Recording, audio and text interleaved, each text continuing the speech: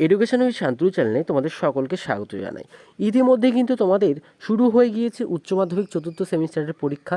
চতুর্থ সেমিস্টারের পরীক্ষাতে কি সবাই পাস? সবাইকে কি পাস করিয়ে দেওয়া হবে এটা বলে দেবো, কিন্তু পাশাপাশি উচ্চ মাধ্যমিক চতুর্থ সেমিস্টারে কত পেলে পাস করবে, অর্থাৎ পাস মার্ক কী রয়েছে বা গ্রেস কী রয়েছে, তো সেই সমস্ত কিন্তু বলে দেবো।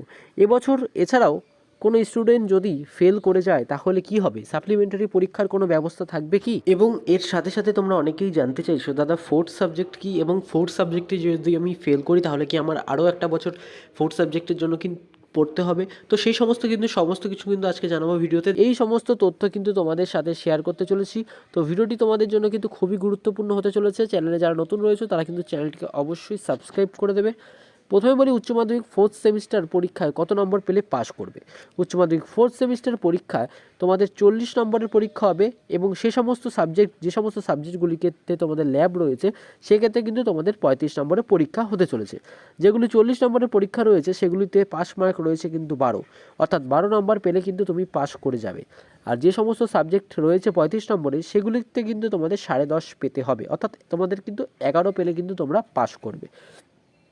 ফোর্থ সেমিস্টারে 40 এর মধ্যে 12 পেলে কিন্তু পাস, আর 35-এর মধ্যে 10.5 বা 11 পেলে কিন্তু পাস, এটাই তোমাদের পাস মার্ক। এবার বলবো, উচ্চ মাধ্যমিক ফোর্থ সেমিস্টার কি সবাই পাস করিয়ে দেওয়া হবে? যেহেতু তোমাদের নতুন সিলেবাস, প্রথমবার তোমরা পরীক্ষা দিচ্ছ সেমিস্টার ওয়াইজ, সেক্ষেত্রে বলে রাখি শিক্ষকরা কিন্তু সহানুভূতির সঙ্গেই কিন্তু তোমাদের খাতাগুলি দেখবে, এবং তারা কিন্তু চেষ্টা করবে যাতে তোমরা সবাই পাস করো। তোমরা যদি সমস্ত প্রশ্নের উত্তর লিখে আসো তাহলে কিন্তু তোমরা অবশ্যই পাস করবে। এবার যদি কেউ ফাঁকা খাতা রেখে আসো তাহলে কিন্তু তাকে কোনোভাবেই পাস করানো সম্ভব নয়।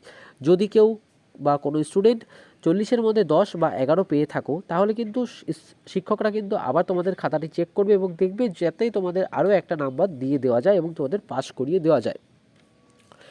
আশা করব তোমাদের পরীক্ষায় গ্রেস মার্কও কিন্তু থাকবে। এবার বলি, যদি কোনো স্টুডেন্ট ফেল করে যায় তাহলে তোমরা কি করবে? তার কিন্তু একটা বছর নষ্ট হবে, কারণ থার্ড সেমিস্টারে ফেল করলে কিন্তু সেটা আবার পরীক্ষা নেওয়া হয়, তবে ফোর্থ সেমিস্টারে ফেল করলে কিন্তু কোনো পরীক্ষার সুযোগ বা ব্যবস্থা থাকে না। সুতরাং আগামী বছরে তোমাদের আবার পরীক্ষা দিতে হবে, অর্থাৎ একটি বছর কিন্তু তোমাদের নষ্ট হয়ে যাবে। যেহেতু তোমাদের পরীক্ষায় 2x সিস্টেম রয়েছে, সেক্ষেত্রে কিন্তু তোমাদের পরীক্ষায় অনেক সুবিধা রয়েছে, অর্থাৎ একটি প্রশ্ন লিখতে গেলে সেখানে কিন্তু তোমাদের 2টি প্রশ্ন থাকবে, এবং 2টি প্রশ্ন লিখতে গেলে সেখানে 4টি প্রশ্ন থাকবে, এবং 4টি প্রশ্ন লিখতে গেলে সেখানে কিন্তু 8টি প্রশ্ন থাকবে। এবার তোমাদের বলি, ফোর্থ সাবজেক্ট কি বা ফোর্থ সাবজেক্ট কেন রাখা হয়। দেখো, তোমাদের উচ্চ মাধ্যমিক থার্ড সেমিস্টার এবং ফোর্থ সেমিস্টার দুটো সেমিস্টারেই কিন্তু তোমাদের ফোর্থ সাবজেক্ট রয়েছে, এবং দুটোরই কিন্তু পরীক্ষা তোমাদের হবে।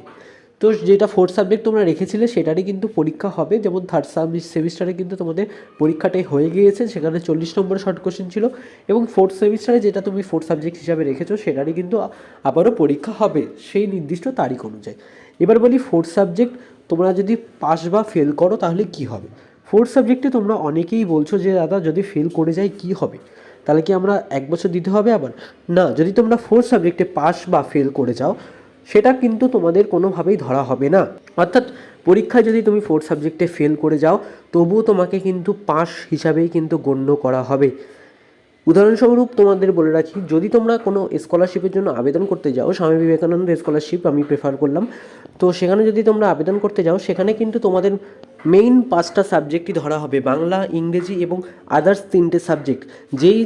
যেই সাবজেক্টে তোমাদের নাম্বার সব থেকে বেশি কম থাকবে সেটাই কিন্তু তোমাদের ফোর্থ সাবজেক্ট হিসাবে গণ্য করা হবে, এবং সেটা তুমি পাস করো বা ফেল করো সেটা কিন্তু দেখা হবে না, এবং ফোর্থ সাবজেক্টে ফেল করলে কিন্তু দ্বিতীয়বার কোনো পরীক্ষা তোমাদের দিতে হবে না। আশা করি তোমাদের বিষয়টি বুঝিয়ে বলতে পারলাম। তো ভিডিওটি তোমাদের কেমন লাগলো তা কিন্তু অবশ্যই জানাবে। চ্যানেল নতুন হয়ে থাকলে চ্যানেলটিকে অবশ্যই সাবস্ক্রাইব করে দেবে, এবং তোমরা যদি চাও 12-এর পর কোন কোন স্কলারশিপের জন্য আবেদন করবে সেই সমস্ত স্কলারশিপের ভিডিও কিন্তু আমি বানিয়ে রেখেছি, তোমরা কিন্তু সেখানে যাও, প্লে লিস্ট চেক করে কিন্তু সমস্ত ভিডিওগুলি সেখান থেকে দেখে নিতে পারো, এবং বন্ধুদের মাঝে কিন্তু এই ভিডিওটিকে অবশ্যই শেয়ার করে দেবে যাতে তোমার বন্ধুরাও এই বিষয়ে জানতে পারে।